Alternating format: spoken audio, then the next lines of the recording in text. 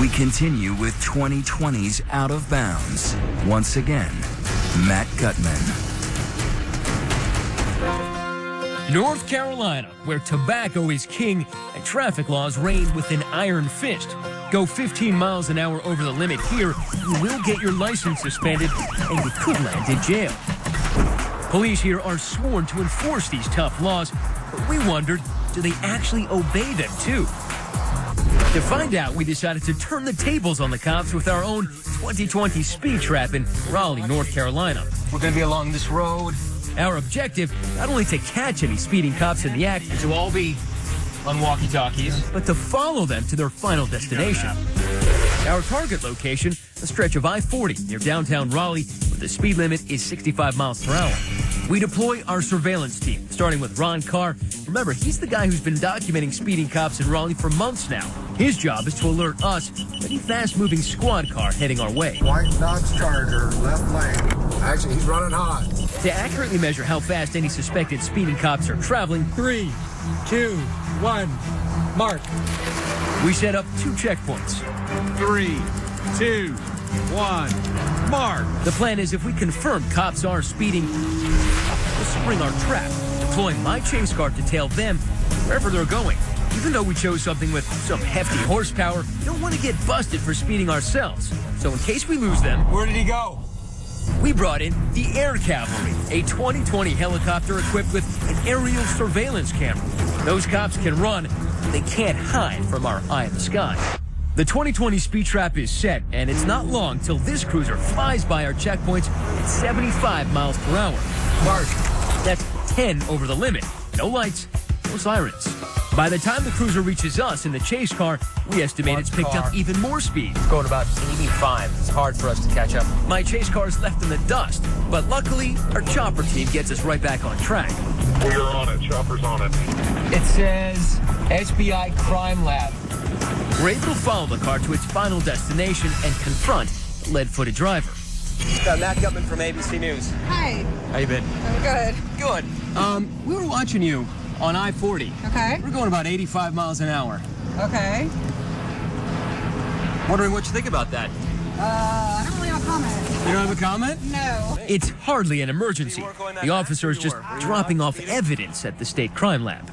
Don't you think it's a little hypocritical that police officers go 85 miles an hour and they would clearly pull someone like me over? That would upset people. Isn't what you're supposed to do, to some extent, serve as an example of how people should drive? So stand by. This guy's moving. Astonishingly, the cops kept coming, zooming by us, smashing speed laws to take care of non-emergency business. He's cooking. Like the sheriff's deputy who hits 85 miles per hour, that's 20 over the limit. We're able to follow the deputy all the way downtown, where we discover there's no emergency. She was just apparently late for an appointment at the courthouse. All right, she is pulling into the official intake vehicles only. We can't do that. He's running hot. Same story with another sheriff's vehicle that we clock at 82 miles per hour. He's going so fast.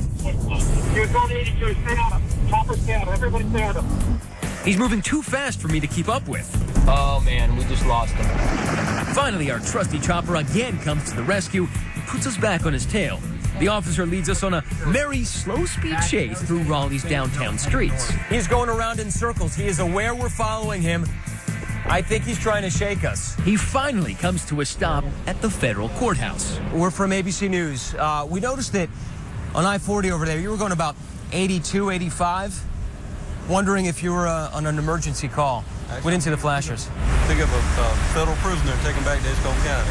I don't know. If I went 81 or 82, you'd probably pull me over. I would. You think your superior would mind that you were going that fast? Would he mind? Probably. 2, 1, mark. But not all of the cops we caught speeding were on official business. Check out this officer cruising by at 79 miles per hour. Our helicopter crew tracks him as he exits the highway and follows him to, you're not going to believe this, a donut shop. And Dunkin' Donuts wasn't the only eye-opening destination we discovered Mark. in the course of our surveillance op. Check out this highway patrol SUV speeding 75 miles per hour. I see him. By the time he gets to us in the chase car, we estimate it's going even faster, So this guy's going well over 80 right now. The middle lane. tearing across lanes just to get to his exit. Oh, wow. He did 3 lanes at once. Did 3 lanes without using his blinkers, ladies and gentlemen. We're able to catch up on a local road, but again, he punches the accelerator. You guys, this guy's going 70 and a 45 right now. We finally find out where the trooper was headed in such an all-fire hurry. Incredibly, he was speeding just to get to the Highway Patrol Training Academy. This place even has its own driver's training course.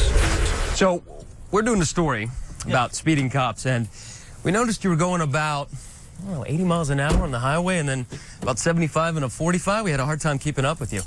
Yeah, I was trying to get over here this morning. The concern is that, you know, police officers speeding, a lot of folks want to see you set an example, and if you're going about 15, 20 miles over the speed limit, there might be some concern.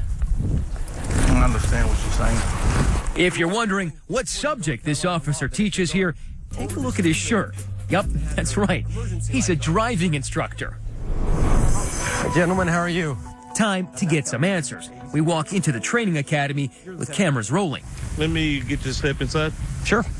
But none of the supervisors on site are willing to talk. You're not even curious about what your guys are doing, the guys who are speeding to get here to work for you? Sir, I'm not even at liberty to discuss this with you. Later, after we've left North Carolina, a spokesman for the Highway Patrol tells us they've launched an investigation into what we found. We went ahead and started looking into this matter, and we're going to handle it accordingly. Do you find it outrageous that one of the people we found driving most recklessly seemed to be a driving instructor? That's not a good thing. It kind of paints the wrong type of message. We are dealing with that individual. But in Connecticut, what we found during our surveillance operation came as no surprise to the families of teenagers Ashley Krakowski and David Servin, who lost their lives because of a speeding cop. Today, they rest side by side. The tragedy has left their families deeply skeptical that cops will actually crack down on their own. And never in a million years will they do that, ever. Would you say that these speeding cops destroyed your family? Yes, they did ours. Ripped our hearts out. They did. And it could be anybody's kid, anybody's child.